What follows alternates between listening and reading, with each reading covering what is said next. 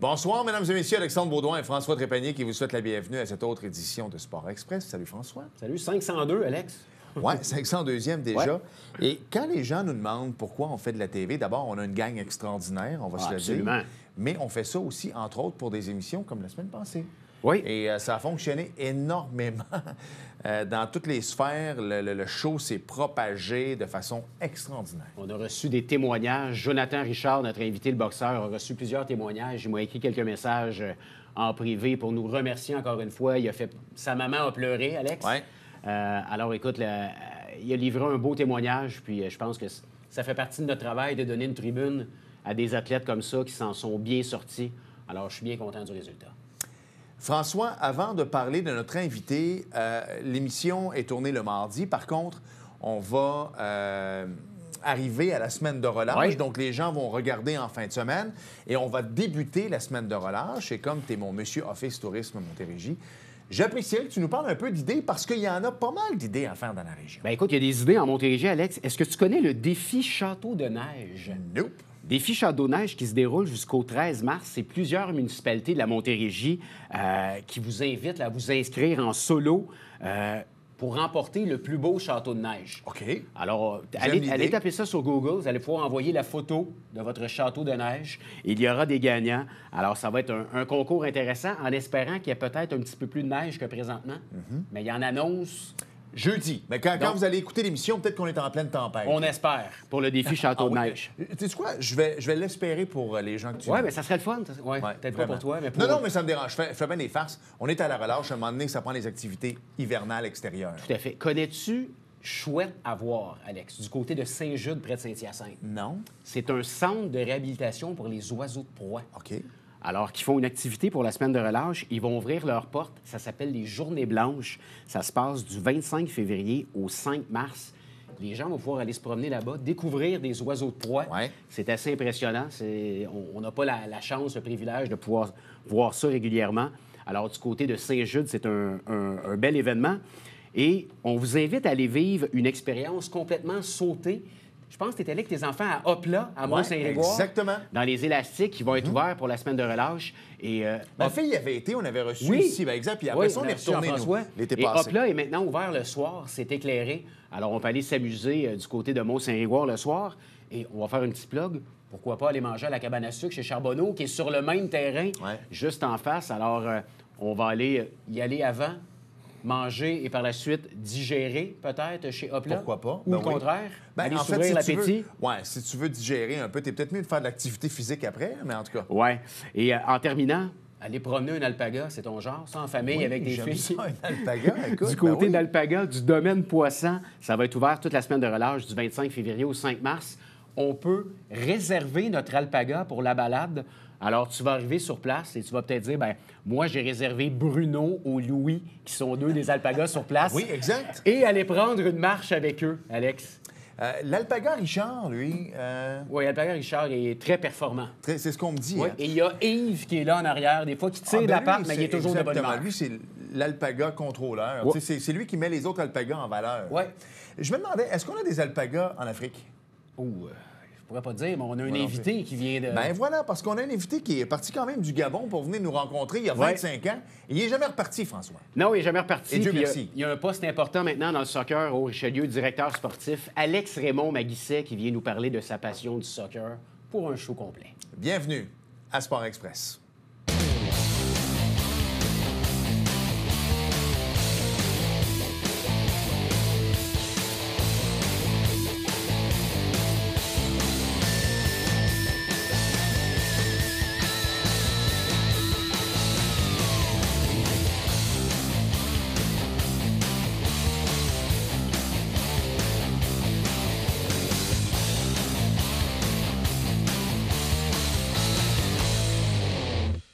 François, un jour, l'hiver va disparaître. En tout cas, on l'espère, parce que là, je l'ai déjà dit, moi, j'ai atteint mon quota depuis... On pensait que ça s'en venait, mais là, avec les températures froides, je de retour. Une petite tempête. Les gens le savent, on enregistre le mardi. Au moins, aujourd'hui, il fait très, très beau.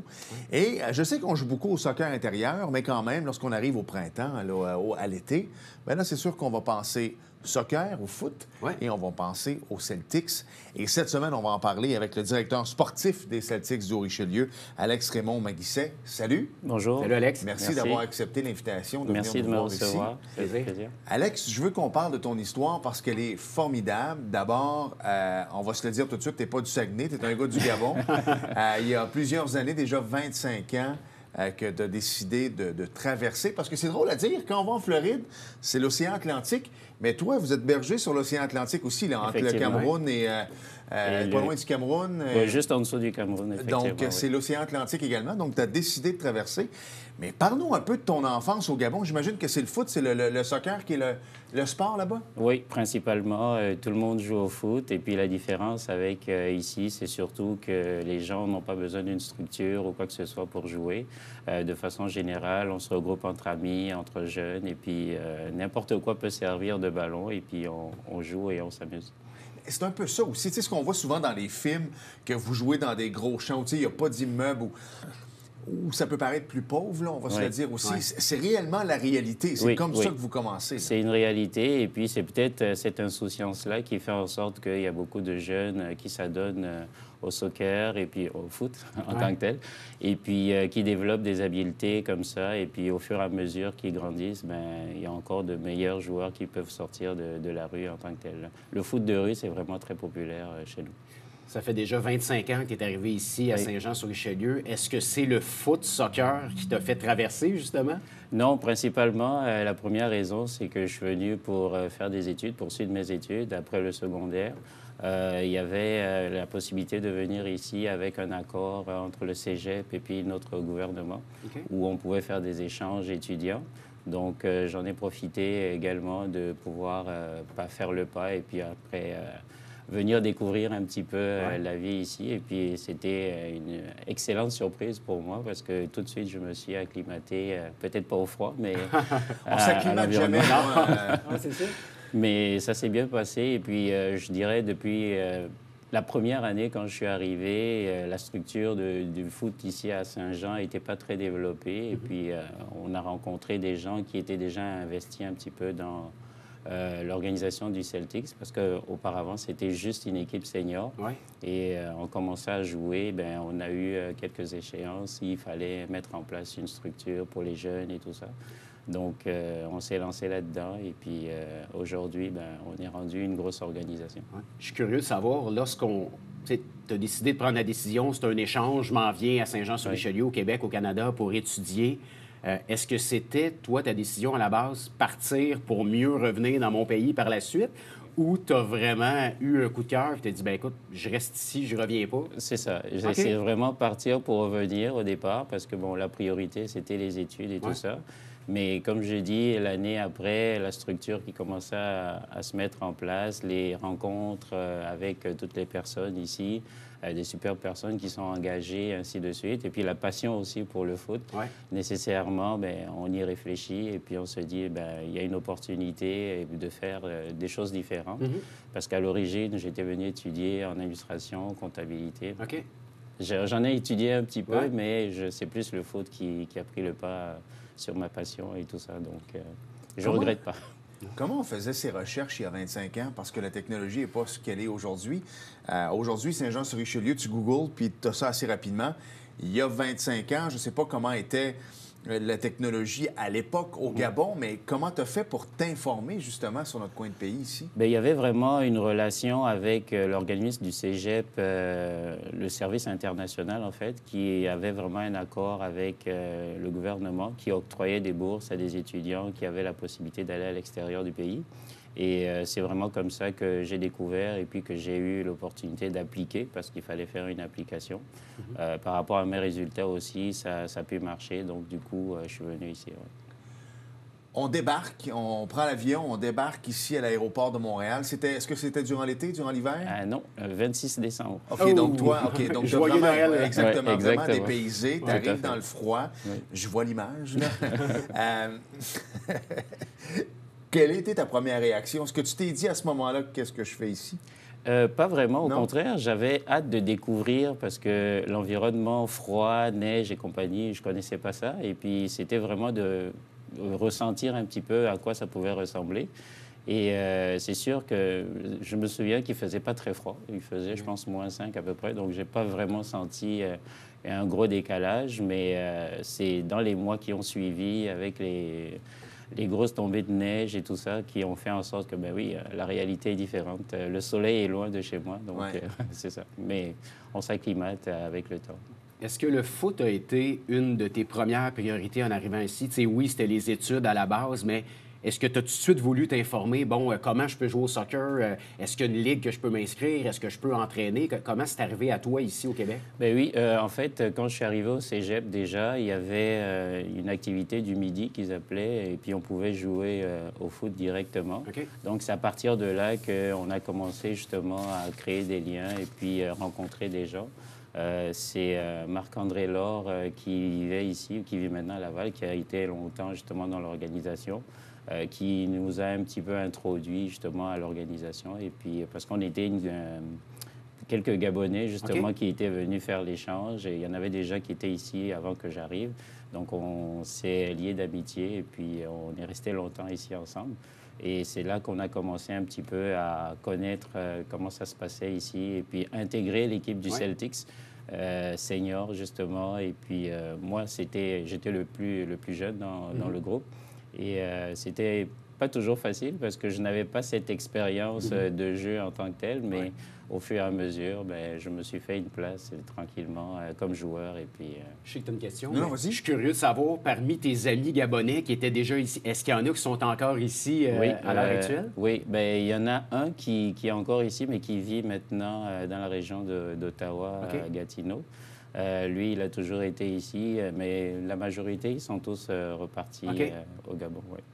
Est-ce que le foot africain, ou du moins gabonais, parce que l'Afrique, c'est gros quand même, il y a plusieurs parties, puis est-ce que le sport se ressemble? Est-ce que vous jouez le jeu différemment quand même? Est-ce que tu as trouvé qu'en Amérique du Nord, on jouait le jeu différemment? Il y a quand même une différence parce que le fait justement d'apprendre dans la rue et tout ça, il y a beaucoup d'instinct. On joue d'instinct, donc il n'y a pas nécessairement cette structure-là qui est mise en place autour de l'apprentissage ou bien du jeu en tant que tel. C'est vraiment ça qui fait la différence. Moi, quand je suis arrivé ici, justement, quand j'ai commencé, j'ai pu bénéficier justement de cette structure parce que j'avais jamais joué dans une organisation structurée. C'était vraiment toujours avec des amis. Donc, c'est vraiment la différence. Mais je pense que dans les deux cas, ça apporte quelque chose de plus pour faire progresser les jeunes, définitivement. Mais il y a 25 ans, on va se le dire, le soccer ici au Québec n'était pas au même endroit que c'est aujourd'hui. Donc, dans le fond, toi, quand tu es arrivé, tu as pu justement amener le foot à un niveau supérieur. Quelqu'un qui arriverait du Gabon aujourd'hui arriverait dans un environnement peut-être qui est plus structuré qu'il était il y a 25 ans. Donc, ça a été quand même un avantage pour toi, là. Effectivement, surtout que lorsqu'on a parti justement la structure de jeunes, c'était à la suite de notre accession de l'équipe senior dans la Ligue élite, la Ligue provinciale. Au niveau de Soccer Québec, ils nous avaient dit que c'était nécessaire d'avoir une structure juvénile pour supporter justement le développement de l'équipe et puis du groupe. Donc, c'est à partir de là qu'on a mis en place la structure avec les jeunes. On a commencé avec 2 équipes de jeunes de 8-9 ans. Et puis après, dans les 3-4 années qui ont suivi, ben, ça a explosé un petit peu. La popularité, justement, du soccer a été encore un peu plus grande. Et puis, on est parti de là. Et après, dans les 4-5 années suivantes, il y a eu des réformes de soccer. Même encore aujourd'hui, il y a une nouvelle réforme. Et nécessairement, ça grandit au fur et à mesure là, depuis. Il reste 1 minute à la première partie. On va parler des Celtics en deuxième partie, sûr et certain.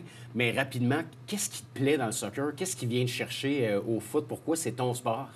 Bien, déjà, la passion, quand j'étais jeune, déjà de voir certaines idoles à la télévision, ainsi de suite, ça stimulait un petit peu cet intérêt-là.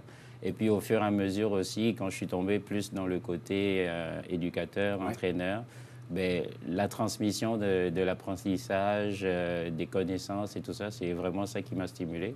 Et je dirais que la différence entre poursuivre les études ou bien continuer à coacher, c'était pour moi un pas nécessaire dans le fond parce qu'il y avait comme une continuité dans cette vision-là, un peu. Là. Donc, c'est vraiment ça. Et rapidement, en 10 secondes, quand on est un jeune Gabonais de 10-11 ans, on idolâtre qui? Dans ce temps-là, il y avait beaucoup Zidane qui commençait un petit peu à éclore. Je te dirais, c'était vraiment la référence pour moi à ce niveau-là. Le fait de venir du côté africain-français aussi, ça aide. J'imagine que les idoles sont souvent les joueurs. Bien, vous en avez, Européens, mais le foot français était quand même probablement pour vous. Oui, tout à fait. Bien, moi, personnellement, depuis que je suis jeune, l'équipe de France est mon équipe préférée. Et puis, il y a des équipes aussi, par exemple, en Angleterre, Arsenal et compagnie. C'est des équipes que je supporte beaucoup. Mais en général, c'est vraiment européen, oui. On avait beaucoup de jeunes qu'on connaissait, là. Très belle histoire, Alex. On va s'arrêter et au retour, on va rentrer dans le vif du sujet. On va parler des Celtics parce que j'ai comme l'impression qu'on s'en va vers le gros blitz pour vous. Là. Je pense que c'est les gros mois qui vont commencer. Exact. Donc, on s'arrête et on continue. On parle de foot au retour avec Alex Raymond. Maguisset, bougez pas.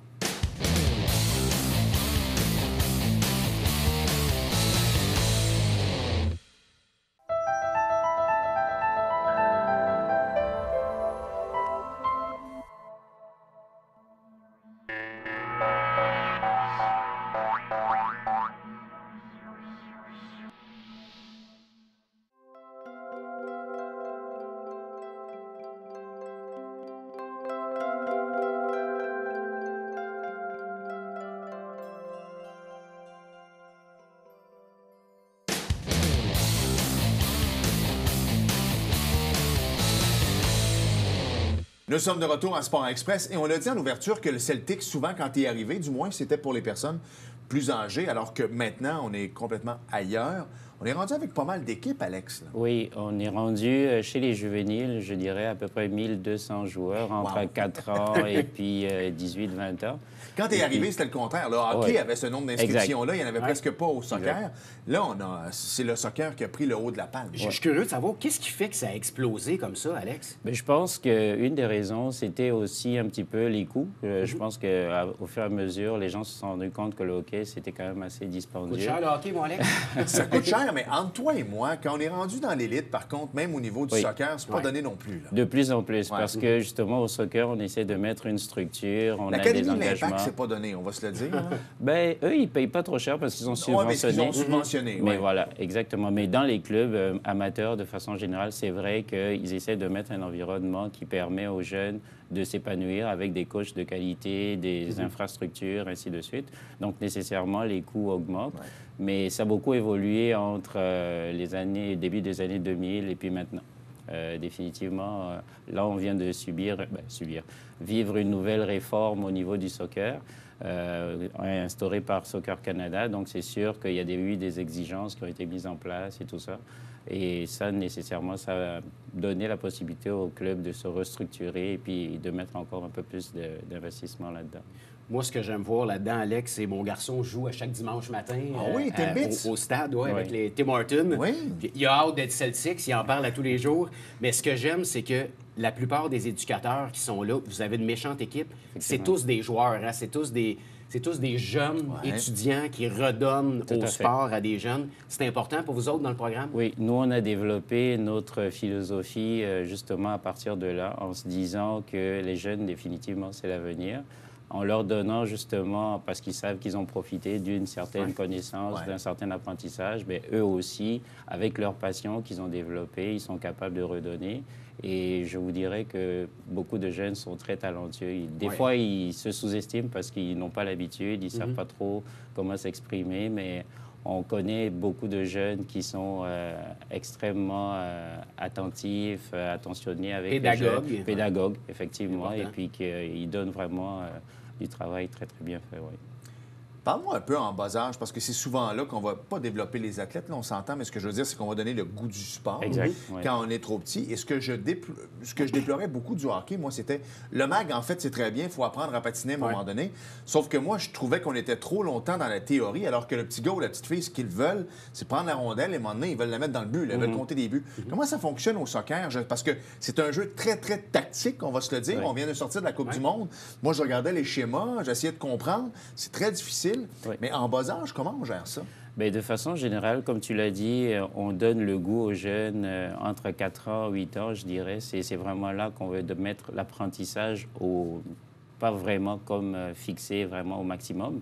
L'idée, c'est de leur donner le goût de continuer à jouer, qu'ils aient beaucoup de plaisir et puis qu'on développe surtout leurs habiletés motrices, c'est-à-dire courir, sauter, ainsi de suite, mais avec un ballon aussi en plus. Donc, il y a des étapes qu'on passe à ce niveau-là, mais plus ils arrivent entre 8 et 12 ans, c'est là qu'on va mettre un petit peu plus l'accent sur des apprentissages un peu plus poussés, avec des techniques de base, bien entendu. Et nécessairement aussi, ça dépend des aspirations des jeunes. Il y en a beaucoup qui viennent pour s'amuser, faire des activités. Et puis, au fur et à mesure, il y en a d'autres qui développent la capacité à dire je veux vivre un rêve, je veux aller plus loin. Voilà, exactement. Et puis, le talent aussi, on le découvre là parce que un jeune qui a 4 ans, 5 ans, des fois, tu peux voir, oui, il a peut-être une habileté motrice à cet âge-là. On peut prédire que oui, il va pouvoir être... mais rendu en situation de jeu, ça peut être différent. Ça. Exactement. Exactement. C'est toujours en fonction de la maîtrise de son corps, de la compréhension, et ainsi de suite. Et puis l'engagement aussi, parce qu'à un moment donné, on parle plus après 12 ans et tout ça. L'engagement, c'est important. Si, comme on dit... pour être un professionnel il faut vraiment avoir un certain nombre de répétitions et tout ça. Donc, c'est sûr que ça prend un engagement à ce niveau-là. Et ça prend le sens du jeu, tu l'as dit. Tellement de gens focusent tellement sur les habilités, puis c'est correct, mais à un moment donné, tu les mets en situation de jeu, ils sont complètement perdus sur le terrain. Allez, je veux savoir, toi qui as appris à jouer au foot dans la rue, probablement au Gabon, quand tu regardes ça, 25 ans plus tard, au Québec, dans les installations, la technologie, l'argent, des fois, tu dois te dire « Oh, boy, c'était pas comme ça pour moi. » Écoute, c'est fou, hein? Non, ça a beaucoup évolué, et puis justement... Parce qu'au Celtic, c'est là que je voulais en venir aussi, c'est que vous avez un encadrement extraordinaire. Exactement. On met beaucoup d'emphase sur déjà le développement technique des jeunes, la formation des entraîneurs également, ce qui est important, parce qu'on s'assure que toutes les personnes puissent donner ce qu'il faut nécessairement aux jeunes et puis continuer dans la durée, là.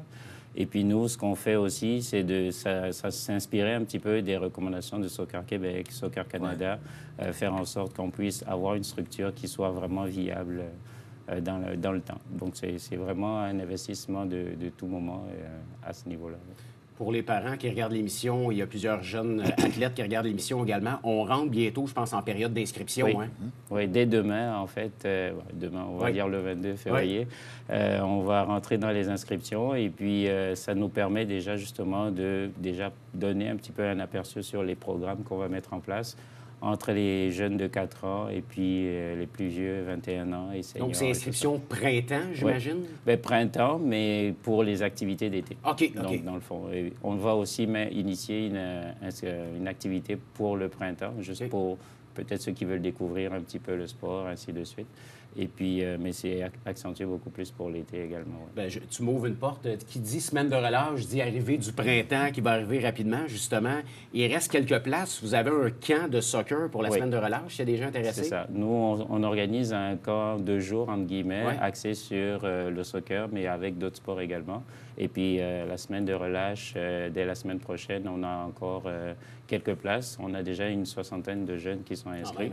Donc, c'est quand même une belle activité qu'on... Tu disais que c'est le double de l'année passée. Oui, l'année dernière, on en a eu un peu moins. Bien, c'est sûr, en sortant de la pandémie. Mais là, maintenant, je pense que c'est plus facile d'avoir accès à cette activité-là. Donc, on va être là.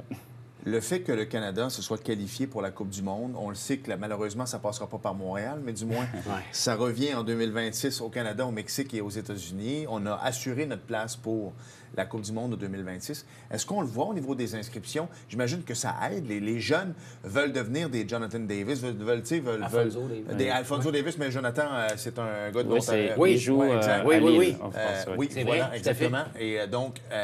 j'imagine que ça doit aider au niveau des inscriptions. Oui, tout à fait, parce que déjà, en plus, comme tu dis, ils ont vécu un petit peu une première expérience du Canada qui était super belle.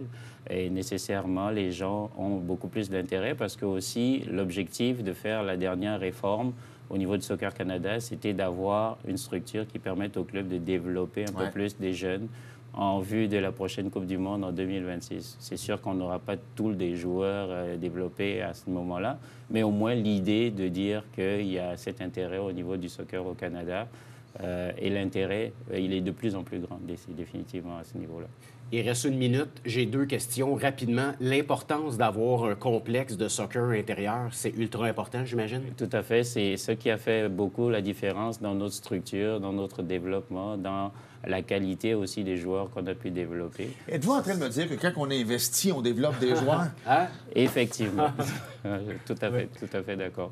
Et c'est vrai que le stade du Pont-Fort, ça fait la grosse différence parce que l'investissement, surtout pendant l'hiver, où c'est une période creuse d'habitude au niveau du soccer, mais nous, on a des athlètes qui peuvent jouer 12 mois par année quasiment, donc ça fait une différence. En terminant, meilleure façon de vous rejoindre pour avoir des détails sur les programmes, les inscriptions, les camps, Facebook, page web? Oui, notre réseau social est assez actif sur Instagram, Facebook et même sur notre site web. On met toutes les informations nécessaires. Puis il y a l'équipe senior là, qui va recommencer ses activités 4e année. Il va falloir que les gens aient voir ça. C'est du gros calibre. Exactement. On nous fait signe que c'est terminé. Ouais. Moi, j'avais une dernière question, mais ça a l'air que si je ne veux pas coucher dehors, je vais arrêter. Si tu veux dîner... Merci, Alex. Merci beaucoup. Pour ta merci, patience. Alex. Ça fait plaisir. Merci d'avoir choisi Saint-Jean-sur-Richelieu, parce que je dois t'avouer que Gabon-Saint-Jean, c'est pas à côté, et moi, c'est surtout... non, mais c'est le fun de voir que... Bien content d'être ici. On avait un bon porte-parole en David Sauvry. Oui. Je pense qu'on est content de t'avoir. C'était pas ta seule visite à Sport Express. Tu vas revenir bientôt. Parfait. Merci beaucoup.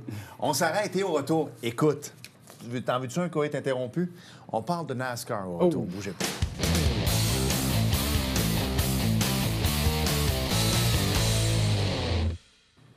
Nous sommes de retour à Sport Express et Alex, je vois que tu es dans tes feuilles présentement. Le recherchiste NASCAR a fait son travail. Ouais. J'ai bien hâte de t'entendre. On s'entend-tu, Richard, que Danica Patrick a sorti avec Ricky Stenhouse quand c'était pas le bon temps? Là, il se met à gagner. Depuis... Non, mais c'est vrai. Pensez 2 minutes. Mais quand je te parlais de coït interrompu tout à l'heure, Ouais, vas-y. comment tu peux courir pendant 6 heures du même bord? À un moment donné, tu dois être étourdi. Et finir ça sur un accident. Et là, écoute, il était comme content, mais il fallait qu'il attende à savoir si c'était lui qui était en avant quand l'accident a eu lieu. oui. C'est le même, ça a fini. Ça n'a même pas fini au fil d'arrivée. Il y a eu l'accident en arrière et on dit qui était en avant lorsque l'accident est arrivé. C'était Ricky Stenhouse J'adore Jr. ta comparaison du coït interrompu. Honnêtement, comment tu peux écouter ça pendant... Voyons, en tout cas. Joey Logano a terminé 2e et Christopher Lacloche a terminé 3e. Oui, Christopher Bell. Exact. Prochaine course, mon cher François, je sais que ça t'intéresse. Ah, bien sûr. C'est le Palacasino 400. C'est ce dimanche à 15h30. On sera à Mais l'écoute. comme c'est le début de la relâche, non, je risque d'aller faire... Ah oui, c'est vrai. Aller peut-être voir les alpagans. Écoute, Ah oui, ça te tente, hein? Alpaga. Avec quel alpaga vas-tu prendre ta marche? Bruno, probablement. Ah, OK. Merci, François. Merci, Alex. Merci à vous d'avoir été là et à la semaine prochaine. Salut. Bye-bye.